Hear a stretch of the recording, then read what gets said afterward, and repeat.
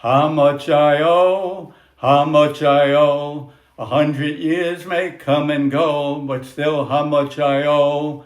Well, we owe a lot to Dr. Otto Warburg. In 1929, he discovered the root cause of cancer, namely the mitochondria ferments, and oxygen is not needed. If oxygen is needed, it produces reactive oxygen species, which we'll talk about in another lecture or two.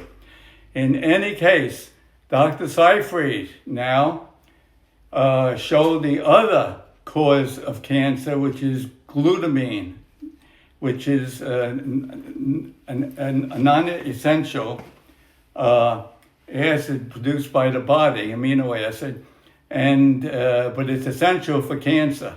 Together, glucose and glutamine it tells the whole story.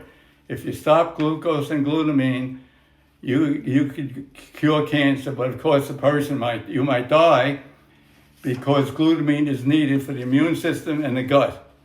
And we talked about that also.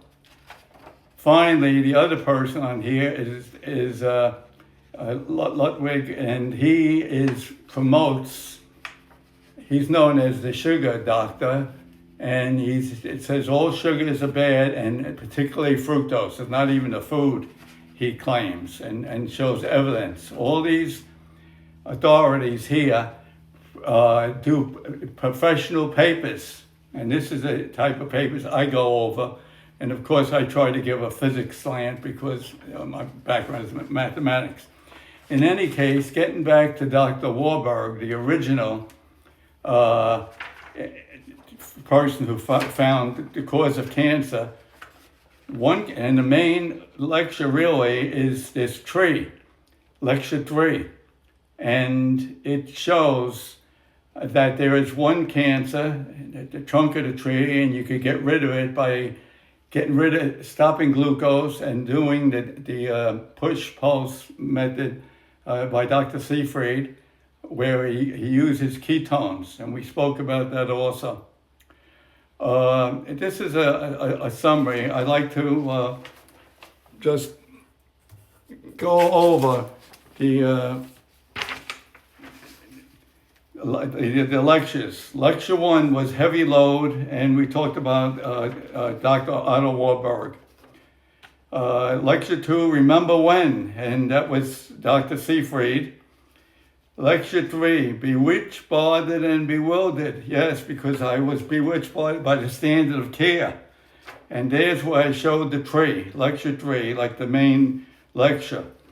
In lecture 4, story untold, we talked about somatic and the metabolic theories. The metabolic theory is like the sun being the center of the universe, and the somatic theory is false.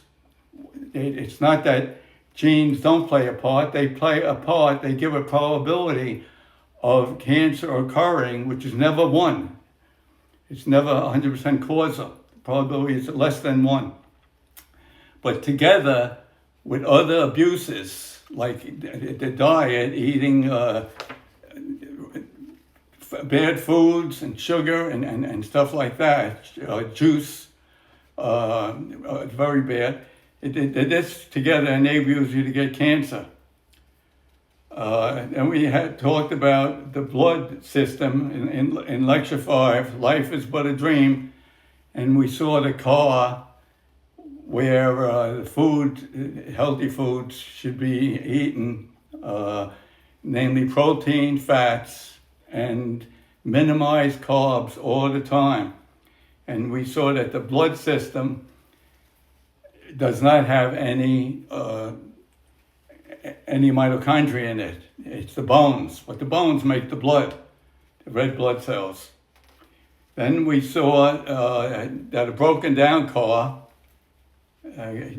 glucose and glutamine can be used by healthy cells,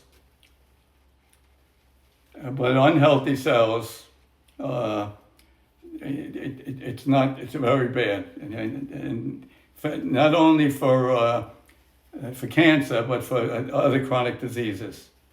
Then we talked, everybody's talking about what? Well, about the ketones and fatty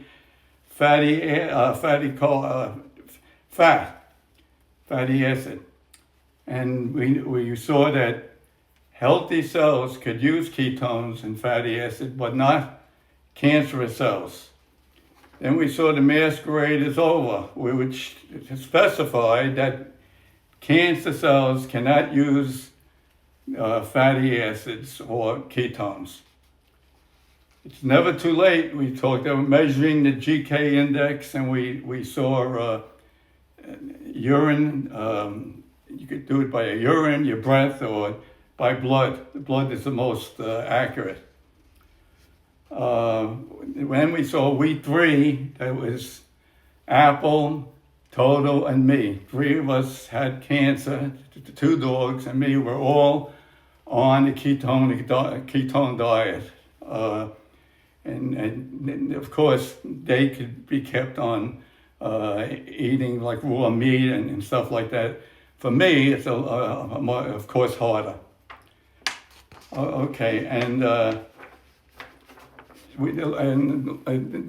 lecture 12, in the miswritten, Do You Care? We talked about disaccharides, which is a scientific treatment of glucose. Last lecture, It Isn't Right, talked about generalized general accepted as good. The FDA lets the Post and Kellogg do its own, saying that the food is good, even though there might be all kinds of junk in there, fake sugar, and it's made from cornstarch or rice or wheat starch and stuff like that.